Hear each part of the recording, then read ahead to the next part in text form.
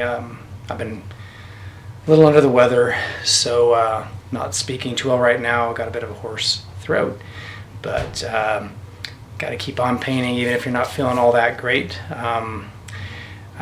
What I wanted to do was to shoot a video explaining how I like to keep and preserve my paints.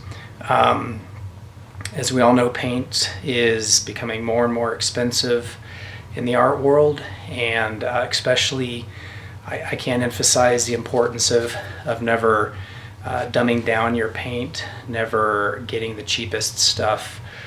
Really, you get what you pay for when it comes to paint. So I would definitely say get the top of the line, most quality paint. You'll find that you'll need less of it. It has more pigment than the cheaper stuff, and you're going to get a better quality out of that paint.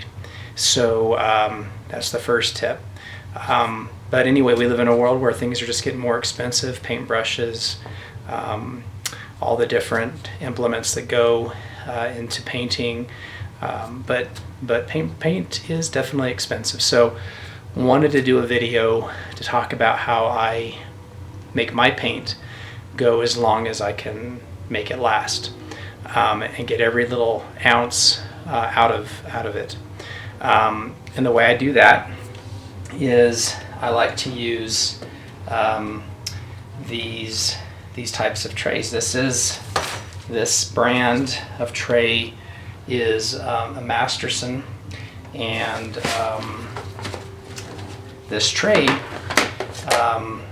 will help me to preserve my paint. Now I also like to use in my tray, I'll put in these, so this is a stay wet tray is what they call it. They've got these stay wet acrylic paper that can line the base of the stay wet palette.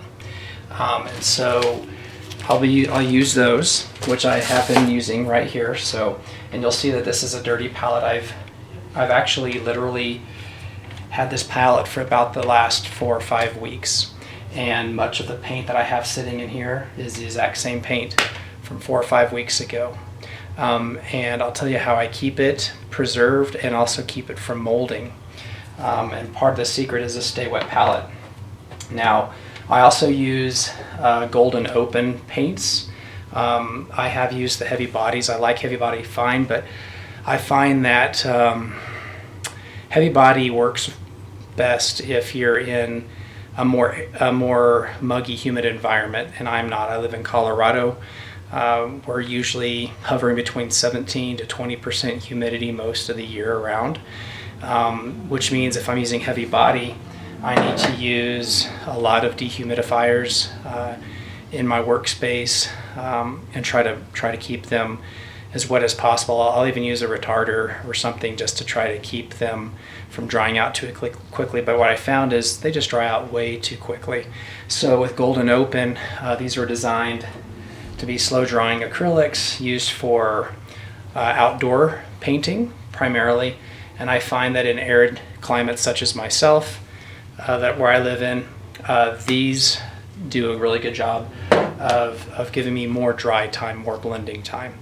Now, having said that, when you use a stay wet palette, there's a number of things people like to do. Some people will put a sheet of glass underneath that, and they'll just scrape it off with a straight edge razor.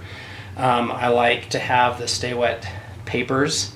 I used to put a line of paper towels in here, but I noticed that when you spray the paper towels, it causes these stay wet even more than the heavy bodies. I'm sorry, it causes these Golden Open more than the heavy bodies to just start running, and they get too much moisture in them, so they almost turn too watery.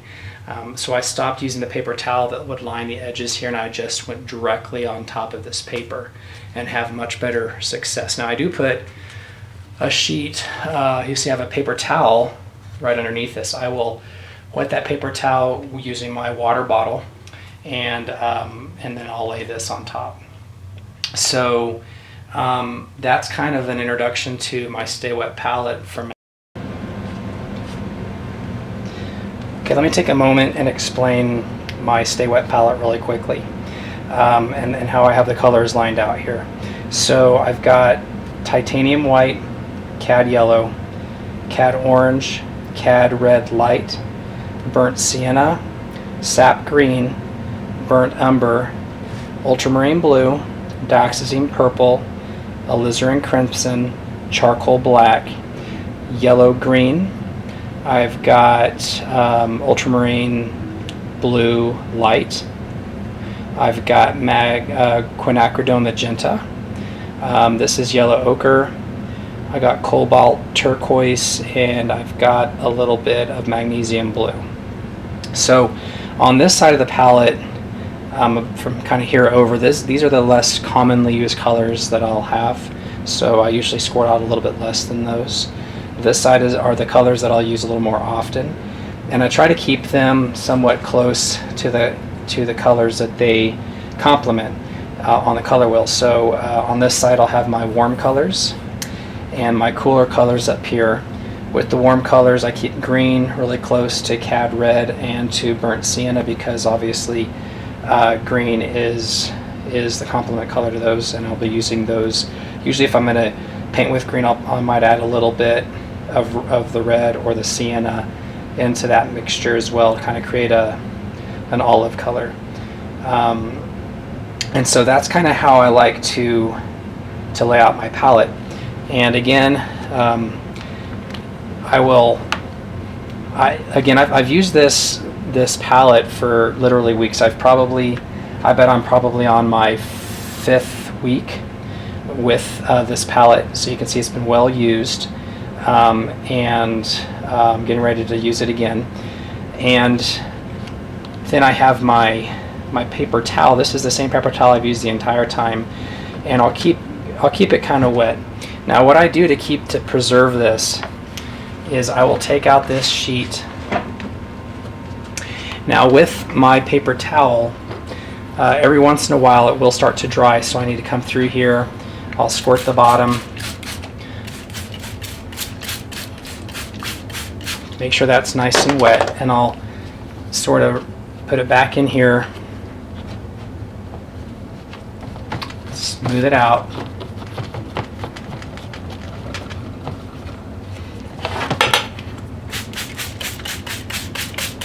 Make sure I got a nice covering on there.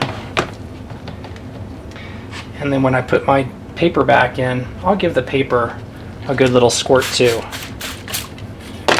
On the back, just on the back. Get that fit in there nice. And I'll find that because it's so dry here, I'll have to do that every few days. I'll just give it a good little squirt. The other thing I do is pertaining to the lid. So these lids, kind of like a Tupperware container, as they pop right on here. Now before I pop this on, after I'm finished painting, is I will give the top of the lid a good squirt. After every session, give it a good squirt. I'll pop it back on here. And here's the key. When you pop this back on, you don't want to pop, you want to pop 3 of the 4 edges. You want to come through here, get this really nice, but I'll always leave a corner, just a little corner I'll leave open. I'll just kind of push it back. Everything else is nice and tight and shut, but that corner is really important, because that's what's going to help prevent mold.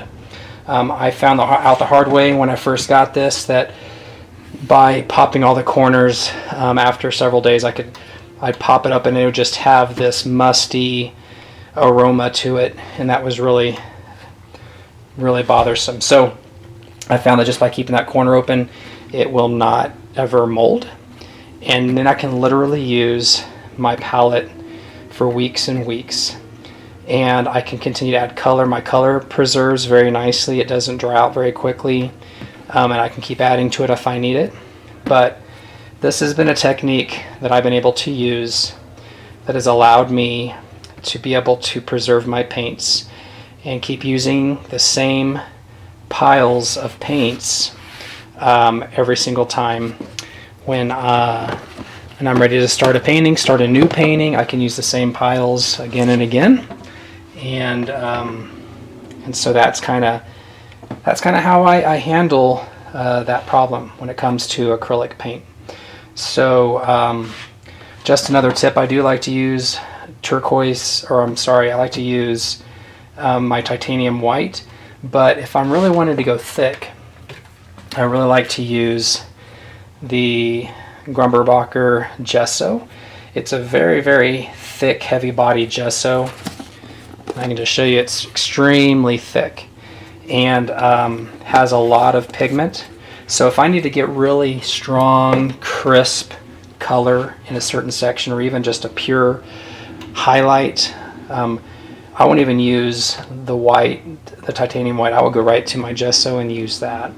And so I hope that's been helpful, and I'll be starting here a new painting and looking forward to maybe continue to share some of my technique with you. Appreciate you tuning in.